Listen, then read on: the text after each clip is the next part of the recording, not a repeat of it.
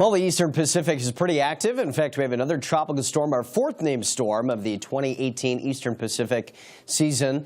Spotty severe weather concerns will take us through the next several days, and that heat will be building once again as we head into the end of the week. 90s likely as you get up into the upper Midwest here. So that was a view of Tropical Storm Daniel from earlier today. Winds are not very strong, but it is going to be diminishing as we take you through the rest of the day today. Probably a tropical depression prior to making it to Tuesday. This thing continues to drift west away from Mexico.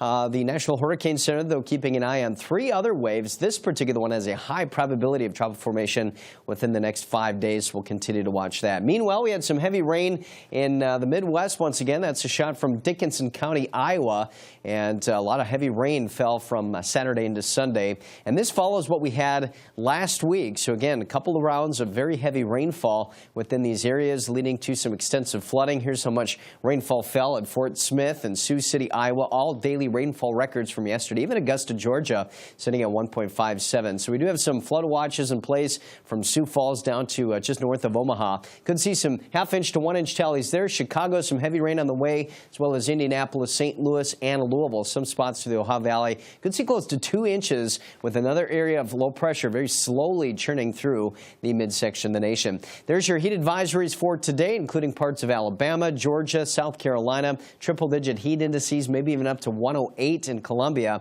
Meanwhile, we have some very warm conditions and critical fire weather conditions in the southwest out near Reno, Nevada. And there are those severe weather concerns today kind of bubbling up on the outer periphery of that dome of hot weather. Milwaukee, Chicago down to Kansas City, Missouri under a slight risk of severe weather Tuesday. Then it turns into a marginal threat as we get into the Ohio Valley Wednesday.